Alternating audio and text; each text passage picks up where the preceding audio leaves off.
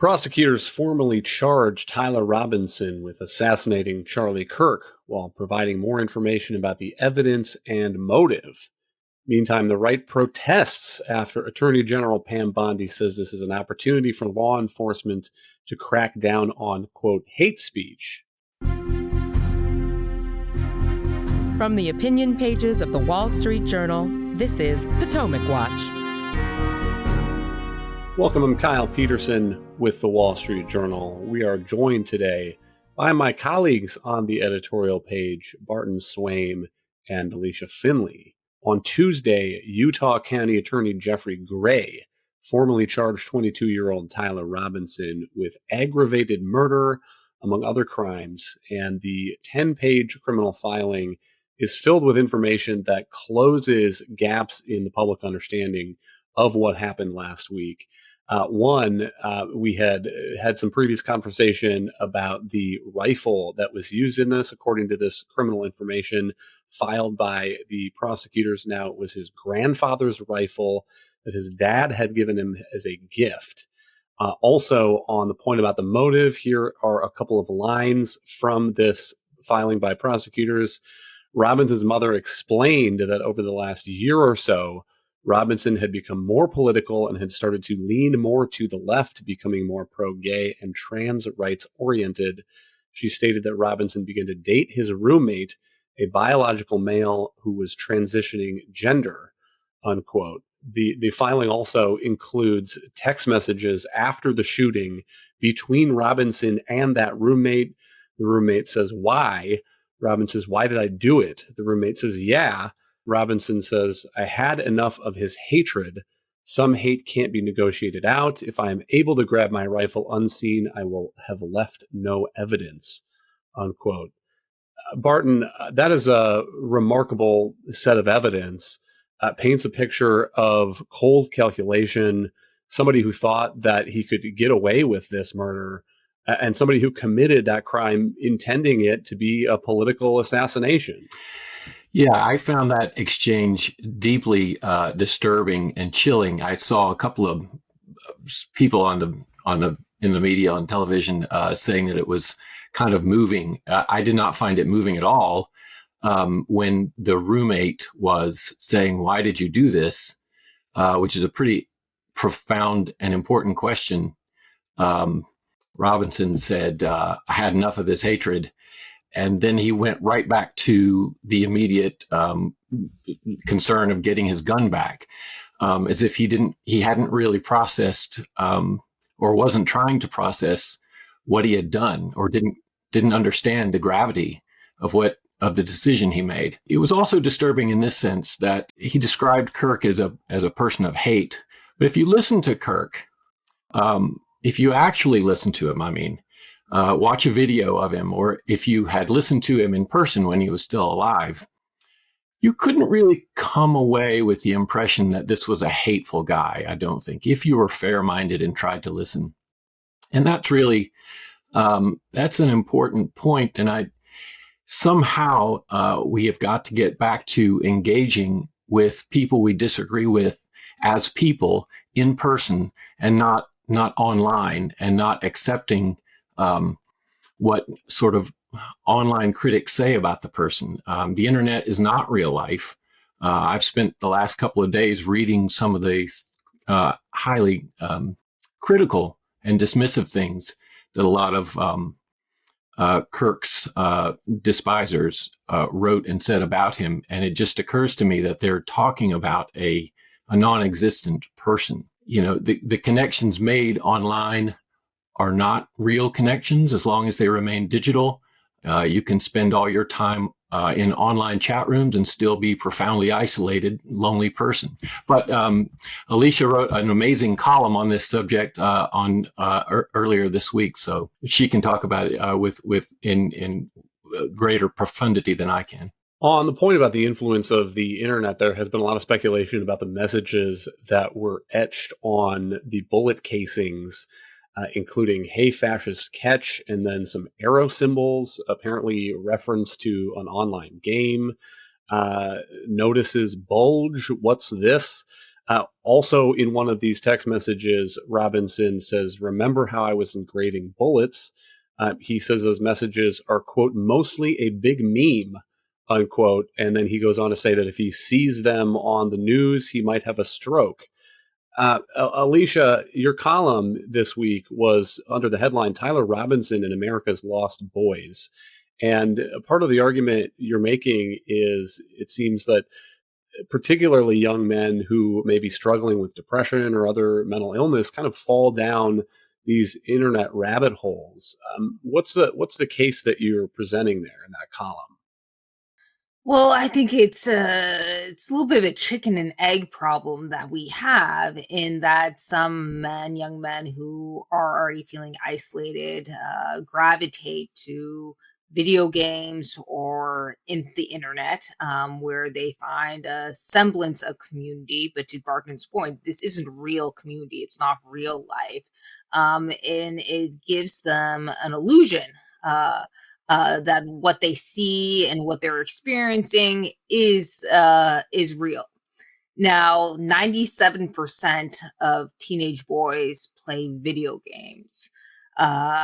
In their 20s, about 70%. Now, there's been some scientific studies that have shown that people who are, or young people in particular, who use video games and social media excessively, that can actually rewire the brain circuits, and alter the dopamine in so far that they need to use it more and more. And there are changes in the brain, that can inhibit judgment. This is particularly important for young males, whose brains mature at a different rate, or I'd say slower, much slower than women's. And so when they're exposed to all this or they become seeped in all this online vitriol and this kind of what I would describe as a digital dystopia, they get a distorted view of reality, and to Barton's point, of people. If Robinson had actually listened to Kirk rather than just gotten this kind of characterization from what he had maybe seen on some of the social media websites, he might not have come away with the same impression. I mean, my other argument is that, again, these young boys are spending way too much time in these digital realms. They're losing connection to reality. They're not able to really separate what is real and what is actually virtual reality. So when a boy goes in on virtual reality game, and there are a lot of them and they're quite violent and goes around killing people, he somehow loses touch with reality that, in the real world, these are real human souls. They have families and all of that. And I think that that's what we're seeing in this case. It's quite tragic. And when you read about his background, he came from a good, loving, supportive family. He had quite a bit academic potential. He got a scholarship into college in Utah State, and though he dropped out after his first semester, and we don't know exactly why. But I actually got a mother who emailed me after my column saying, "Oh, my son had a somewhat similar experience, though it wasn't as tragic, but he got addicted to video games. He was high performing, all that, and then he dropped out after one during his freshman year because he was just hooked and he couldn't focus on academics or anything else." So I guess the broader point was that we need to now really pay attention to young boys or young men, and build some kind of social structures and ensure that they're not getting isolated in these digital dystopias.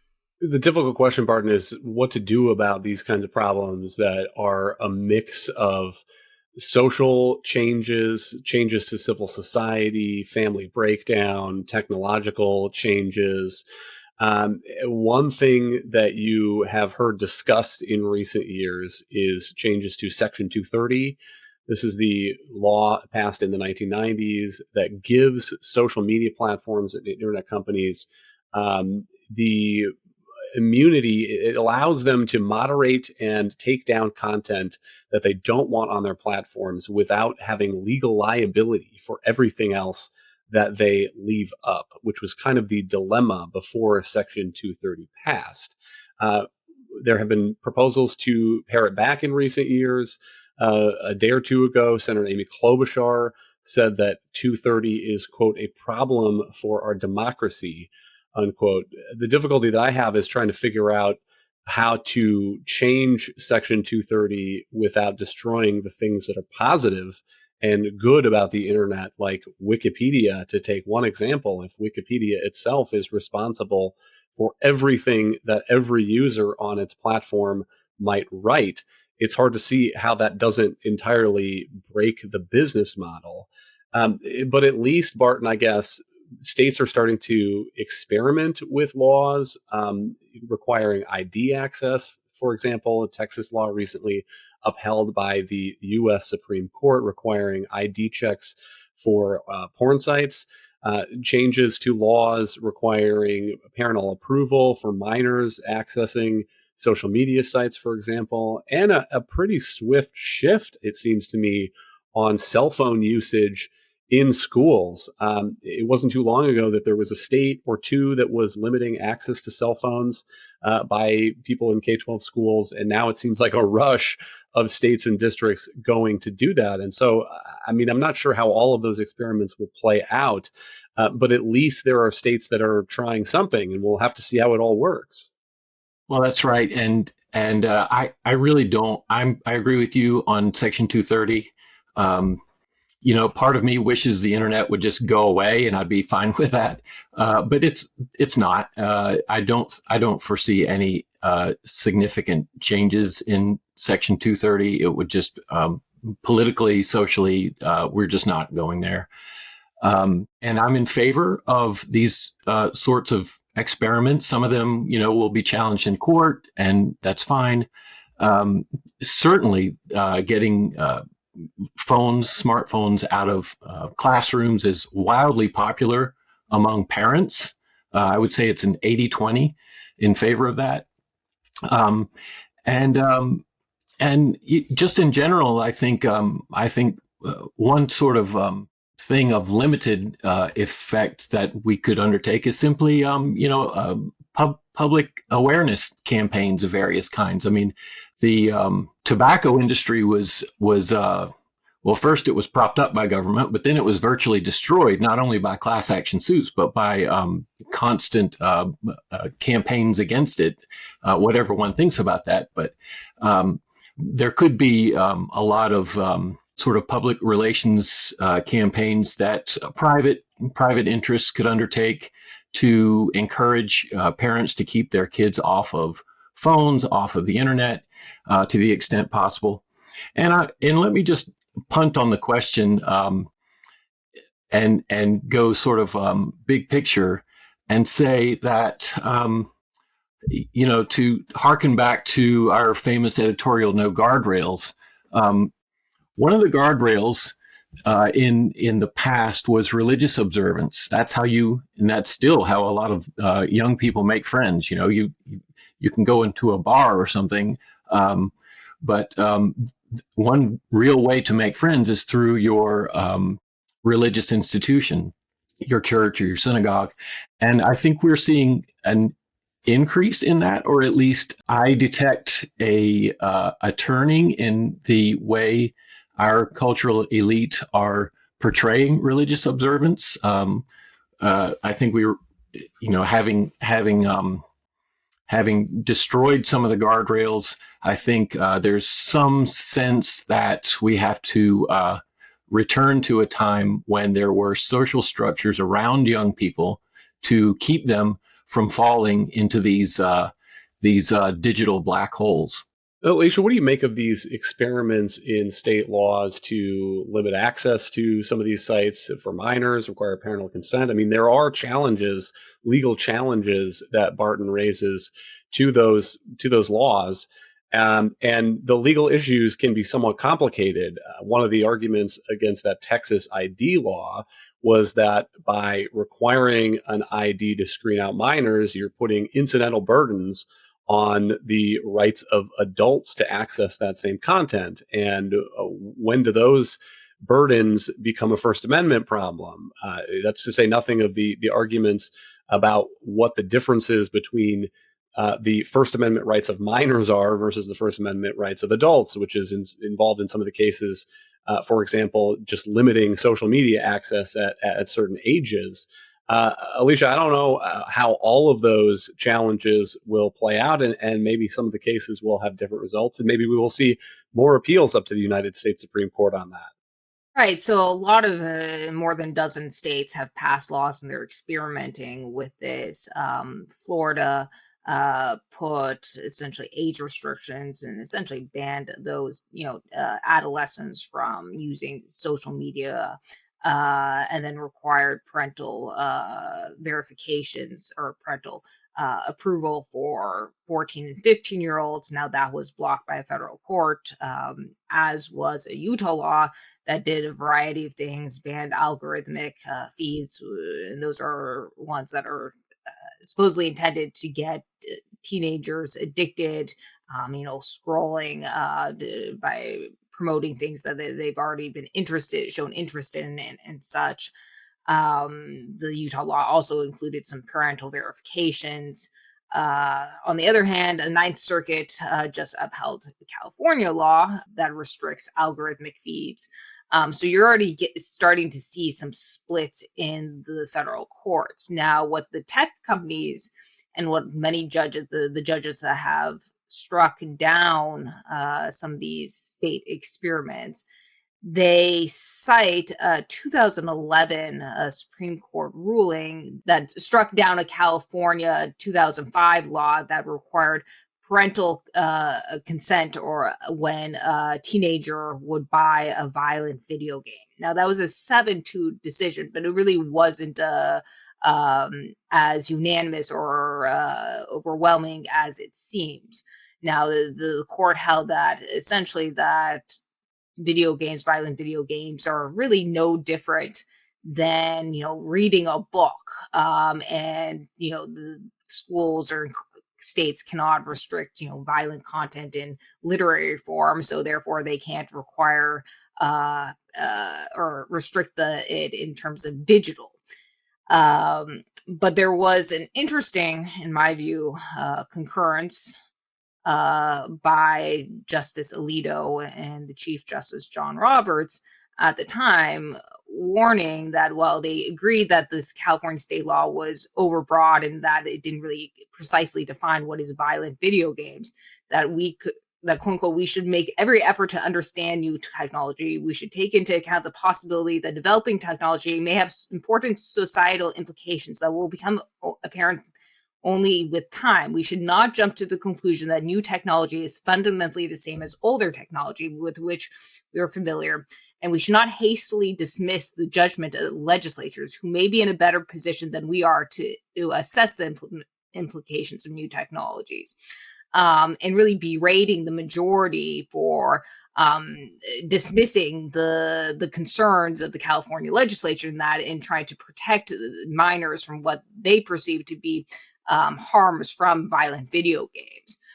All of which is to say, or to suggest that to me, that there may be more caution from the higher courts when interpreting these laws, and they may give more deference to the judgments of these states in trying to protect the minors. Now, again, the majority in that video game case, the California video game case, was kind of a heterodox. It was Justice Scalia with Justice Ginsburg, Kagan, Sotomayor, and Kennedy.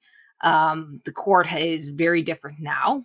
And I think we are likely to get, or the Supreme Court is likely to invite or hear one of these cases challenging a state law within the next year or two.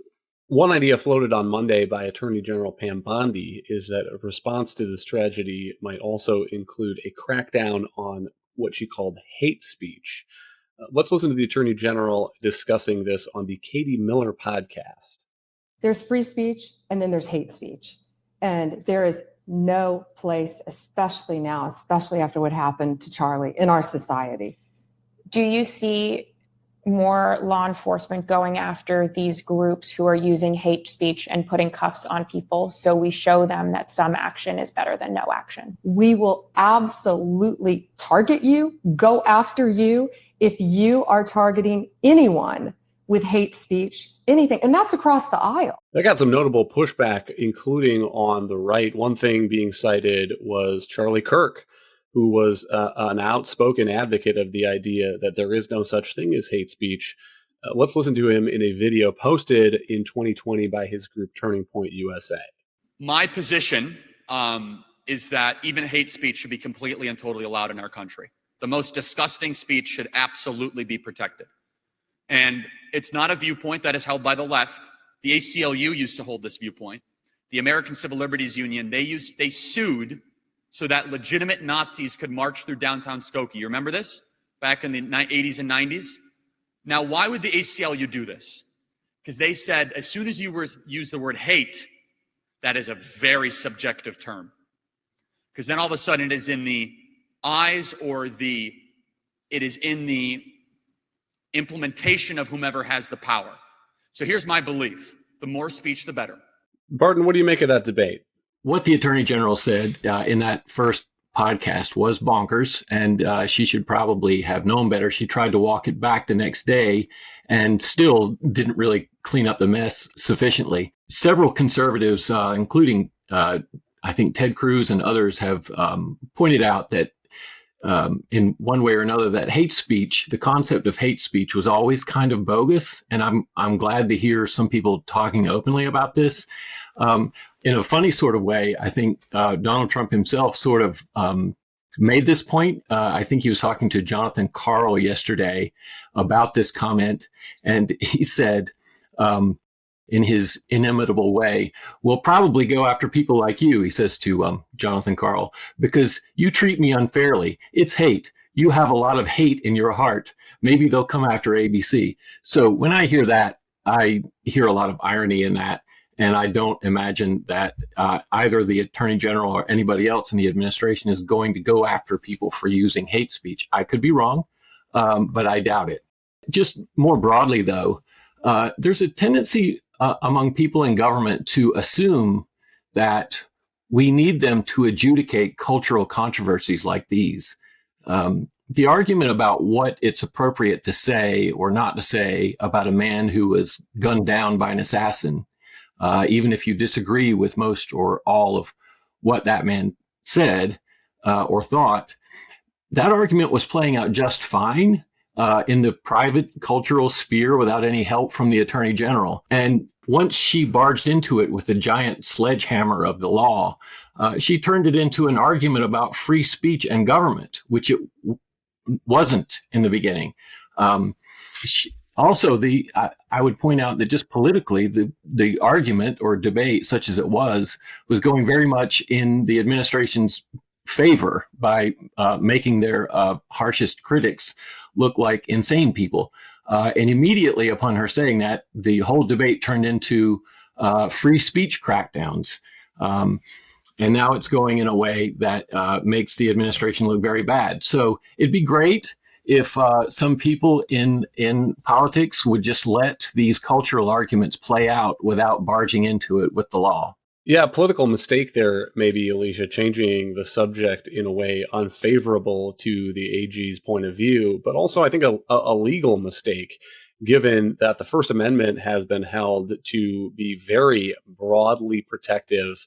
And to the point about to the point that Charlie Kirk was making about hate speech crackdowns give power to the people in the government at any given time. Earlier this month, there's a TV sitcom writer arrested in the United Kingdom and questioned about some things that he wrote on the social media site X.com. Some of them, one of them included this tweet, quote, "If a trans-identified male is in a female-only space, he is committing a violent abusive act. Make a scene, call the cops, and if all else fails, punch him in the blank," unquote. And this comedian says that was intended as a joke. The police commissioner in London has said that defended the actions of the police on the ground there, saying that there was reasonable grounds to believe an offense had been committed because British law, quote, dictates that a threat to punch someone from a protected group could be an offense, unquote. Though he then went on to say that the government has put police in an impossible position by forcing them, if there is a complaint made about a tweet like that, to treat it as a crime, giving them no real out, putting them in the position of policing culture war debates. And that is the kind of thing that under current Supreme Court doctrine cannot happen here because of the Supreme Court's ruling, particularly. Several of them, but one is on incitement. This is a 1969 case of Brandenburg v. Ohio. And it says that the government cannot punish incitement unless it is speech that is directed toward, quote, imminent lawless action, unquote, and also likely to produce imminent lawless action. So, Alicia, part of what I think the Attorney General is talking about here is just simply out of bounds given the state of the jurisprudence on the First Amendment. I think that's right. And we should probably also recall several years ago, actually, not even that, the left continues to argue that Trump and some of his cronies should have been prosecuted for incitement for January 6th. Which would have been a huge overreach. So the idea that some people now on the left who are in many cases just excusing the murder, that they should be prosecuted for incitement, I think that's a road we don't really want to go down, because then you're defining down essentially what incitement is so that anyone can be prosecuted for almost anything, any kind of speech that whoever is in charge or whoever has power, or whoever's in charge or has power can enforce. Now, notably, I'd also point out the Trump administration has pushed back very vigorously against Europe's laws that essentially prosecute or ban hate speech and required social media platforms like Facebook, Google, to take down anything that is hate speech. The administration has even threatened to sanction European officials who enforce these laws against hate speech on the internet. So there's a little bit of a cognitive dissonance here, and not unusual with this administration kind of speaking out both sides of its mouth. But I think the smarter, wiser heads in the administration, including Brendan Carr at the FCC, who kind of pushed back against this, realize this is a road we don't want to go down. Yeah, it was pretty nice to see all those progressives who wanted to crack down on disinformation and all the rest of it during Trump's first term and under Biden be reminded that free speech is actually a really good thing. And can I just say, just by the by, that Alicia's column, Tyler Robinson and the Lost Boys, and the editorial Pam Bondi Needs a Free Speech Tutorial that we've been talking about are amazing pieces of journalism. And if there are any listeners who do not subscribe to the Wall Street Journal and get paywalled, I suggest that they just pony up and give those pieces a read. Thank you, Barton and Alicia. Thank you all for listening. You can email us at pwpodcast@wsj.com. If you like the show, please hit that subscribe button. And we'll be back tomorrow with another edition of Potomac Watch.